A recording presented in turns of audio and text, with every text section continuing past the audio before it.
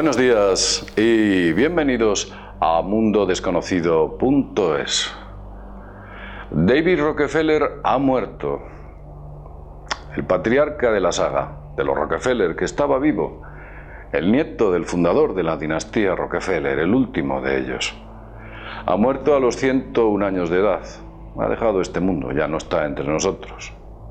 A la curiosa edad de 101 años, un hombre longevo. Y como si el destino cruzase y se jugase malas pasadas con el número 11, David Rockefeller nos deja con esa edad, 101 años. Un hombre que dirigía parte del mundo, y digo dirigía porque en realidad lo que hacía era influir sobre el mundo. Desde su despacho, 5.600 de su lujoso edificio GE. Curioso, el despacho 5.600, nuevamente el número 11. Cuentan y dicen que llegó a tener hasta 7 trasplantes de corazón. Dicen que es una leyenda urbana, pero tal vez no sea tanta leyenda. Lo curioso es que si este dato es real, deberíamos preguntarnos de dónde ha conseguido tantos donantes, ya que es muy difícil encontrar uno adecuado para el corazón de cada persona. Desde luego este mundo ya no va a ser el mismo, sin este personaje, sin este magnate, y que cada uno lo lea como quiera. La familia Rockefeller forjó una inmensa fortuna a finales del siglo XIX y principios del siglo XX, gran parte debido al petróleo de los Estados Unidos, del que se hizo literalmente monopolista. Era un monopolio, la Standard Oil. De hecho, ese monopolio tuvo que ser fragmentado, motivado por las leyes antimonopolistas de los propios Estados Unidos, que no permitían controlar todo el producto de una nación o de un elemento concreto de producción. De tal modo que la Standard Oil se dividió en varias partes: la Exxon, la Mobil, la Chevron, Amoco, Socio, Marathon, un montón de ellas. Se fragmentó para entrar dentro de este marco legal que les exigían en Estados Unidos. Imaginaos que desde entonces llevan controlando los hidrocarburos prácticamente a nivel mundial, aunque dicen que recientemente han vendido el negocio. Si atendemos a las cifras, David Rockefeller estaba situado en el puesto 292 de los hombres más ricos del planeta. Pero ya os digo desde aquí que algunas de estas listas de millonarios son ciencia ficción, en nada se ajustan a la realidad. En esas listas conocidas faltan muchos nombres y algunos de ellos están mal ordenados. Desde luego, David Rockefeller era uno de los hombres más poderosos del planeta y, como he dicho antes, de los más influyentes. De todos es conocido la famosa Fundación Rockefeller, esa organización filantrópica donde se financian con grandes cantidades a importantes ONGs y proyectos humanitarios de todo tipo. Pero fijaos qué curioso.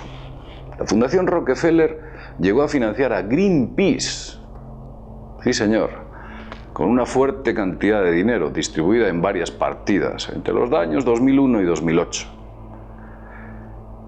Es curioso que financiase a una organización que lucha contra la contaminación petrolífera, entre otras cuestiones, precisamente una de las mayores operadoras de crudo a nivel mundial. ¿Nos parece extraño? No creáis que esto me lo he sacado de la manga. Os voy a poner el vínculo en la página al pie del vídeo o en la página web de Mundo Desconocido para que veáis en la propia web de la Fundación Rockefeller cómo se está financiando a Greenpeace, o se financió a Greenpeace. Estar en los dos lados de la lucha o de la batalla es curioso, porque también a Soros le encontraron importantes vínculos con aquel famoso proyecto de Rodeemos Wall Street. David Rockefeller, presidente del Chase Manhattan Bank, uno de los bancos más importantes del mundo. A este banco le llegaron a llamar el Banco de la ONU. La ONU trabajaba muy activamente con el Chase Manhattan Bank, aunque la ONU ya sabemos qué tipo de organización es en su fondo. Si nos damos cuenta que la ONU está construida en unos terrenos que fueron cedidos por David Rockefeller, nos podemos imaginar que es normal que el banco que utilizaba la ONU era el Chase Manhattan Bank, del cual era director este señor. Además, era otra circunstancia bastante curiosa. En dicho banco, en el Chase Manhattan Bank, trabajaba ni más ni menos que Paul Volcker. Este señor se convirtió posteriormente en director de la Reserva Federal, era muy amigo de David Rockefeller. Y además se da la circunstancia que el hermano de David Rockefeller asumió de manera simultánea la presidencia de otro banco, el National City Bank, el Citibank. ¿Quién no ha oído hablar del Citibank? Pues más o menos ahí, en los años 60, a comienzos, esta familia controlaba los dos bancos más importantes del planeta. Por consiguiente, vemos que cuando nosotros decimos o pronunciamos la palabra banquero, David Rockefeller era el banquero por excelencia, ya que sus ramificaciones en el mundo de la banca eran inmensas, llegaban muy lejos. David Rockefeller era un gran entusiasta del nuevo orden mundial, muchísimo, a él le encantaba esta idea. Luchaba por el llamado internacionalismo, que así es como lo definía. En realidad estaba hablando de la globalización o el globalismo. Allí donde iba defendía la idea de la globalización. Evidentemente a él le interesaba globalizar, por supuesto, sus pingües beneficios que obtenía con esa estrategia. Prácticamente David Rockefeller fue fundador del Club Bilderberg. ¿Quién no ha oído hablar del Club Bilderberg? De hecho, asistió a la primera reunión en 1945, pero es que no solo asistió, perdón, en 1954, pero no solo asistió, sino que financió la infraestructura para llevar a efecto dicha primera reunión. Y después estuvo activamente implicado en el resto de las reuniones, prácticamente hasta hace unos pocos años. Algunos de vosotros quizás no sepáis qué es el Club Bilderberg. Bien. Al Club Bilderberg asisten los representantes más importantes del mundo en diversas ramas, que van desde la política, la economía, la ciencia, la historia, el periodismo, etc. Los representantes de lo más granado del planeta allí acuden. Reuniones a puerta cerrada en la que realmente se desconocen las resoluciones adoptadas. Si bien es cierto que últimamente se puede saber cuáles son los temas a tratar, nunca se saben las resoluciones o los debates que se generan allí dentro. Existe una especie de pacto por el cual los asistentes no pueden decir absolutamente nada de lo que allí sucede. Claro, en realidad debemos pensar que si representantes de organizaciones políticas acuden allí, para no decir posteriormente nada de lo tratado, significa que esos políticos tienen un doble juego, un juego público y un juego secreto. Revise usted en las listas del Club Bilderberg qué políticos de su país han visitado ese selecto grupo de personajes. Vamos a centrarnos en David. David Rockefeller también fue fundador de otra organización muy polémica, la Comisión Trilateral. Ni más ni menos, un grupo muy vinculado al nuevo orden mundial, directamente. Este grupo llegó a desatar enormes críticas en todos los espectros políticos, desde las posiciones llamadas de derechas, al interpretar que esas reuniones formaban parte de un proyecto de invasión de la llamada soberanía nacional, hasta la llamada izquierda, donde personajes como Noam Chomsky llegaron a afirmar que esta comisión trataba de volver a la gente pasiva y obediente para permitir la injerencia del Estado sobre la población. Y realmente nos damos cuenta que así ha sido. Tanto unas posturas como otras parece ser que estaban en lo cierto. La Comisión Trilateral siempre ha estado interesada en adaptar ciertos estamentos como la educación de los jóvenes desde la infancia hasta las universidades.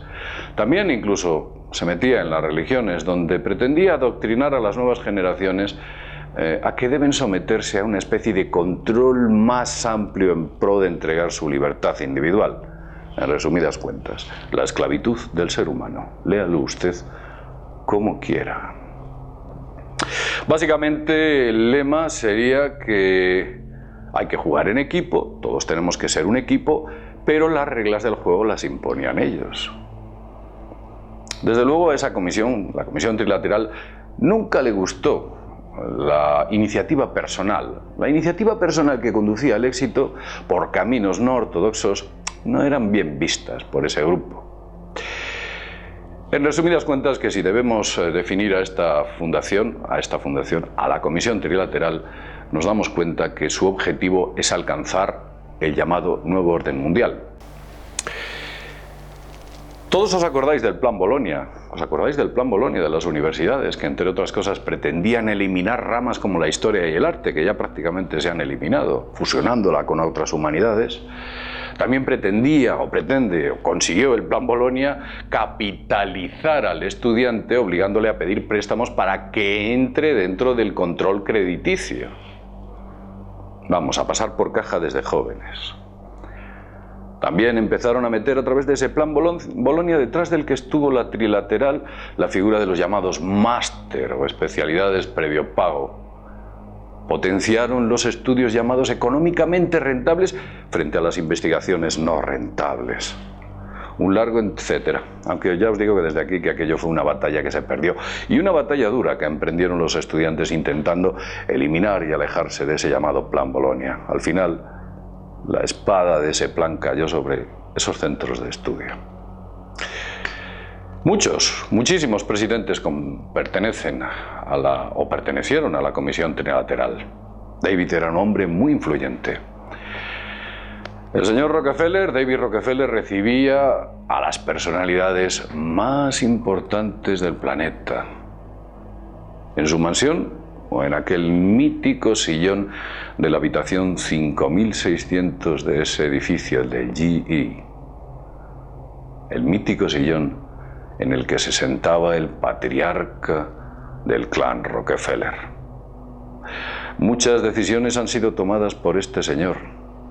Decisiones, movimientos y estrategias que le puedo asegurar cuyas consecuencias finales usted está disfrutando o sufriendo. Tal vez lo segundo. Bien, David Rockefeller ya no está entre nosotros.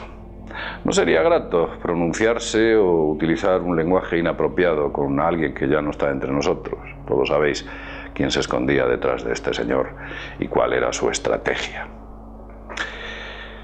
Hemos desactivado los comentarios de este vídeo por razones obvias. No queremos que haya un aluvión de gente diciendo bondades en pro de este señor y esperamos que entendáis este punto. Vamos a dejarlo aquí. David Rockefeller ya no está entre nosotros, pero hay una frase mítica que dice que a rey muerto, rey puesto. Por consiguiente, no sabemos si lo que nos depara el futuro es más claro o más oscuro.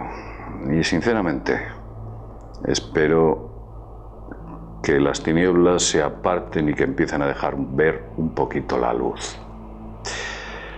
Dicho lo cual, como siempre decimos, sin más, desde mundodesconocido.es, nos vemos en el próximo videoprograma. Hasta pronto.